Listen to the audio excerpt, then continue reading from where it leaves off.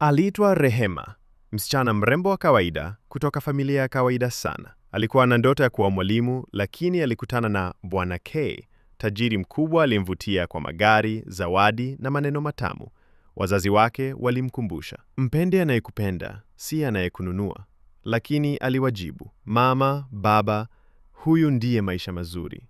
Harusi ikafungwa kifahari, magari ya kifahari, watu mashuhuri na safari za mahoteli ya kifahari. Muziki wa polepole wa huzuni ukigeuka kuwa wa matumaini mwishoni. Baada ya miezi 6 ya ukimya, maumivu na upweke ndani ya nyumba ya kifahari, Rehema aliota ndoto ya ajabu. Alikuwa amevaa mavazi ya harusi, lakini alipofungua nguo yake, ndani kulikuwa giza tupu. Akaamka kwa mshtuko, machozi yakimtoka. Siku iliyofuata, alipata ujumbe wa siri kwenye simu alioficha zamani. Rehema, uko hai? Tumeona kimya chako. Tunakuombea.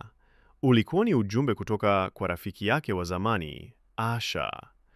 Ndipo Rehema akajua yuko hai, bado na nafasi ya kujikomboa. Alichukua mfuko mdogo, akafungua kabati lake la dhahabu na almasi, akatizama sekunde chache, kisha akafunga, akaacha vyote. Usiku huo alitoroka kwa miguu, akipitia nyuma ya jumba hilo.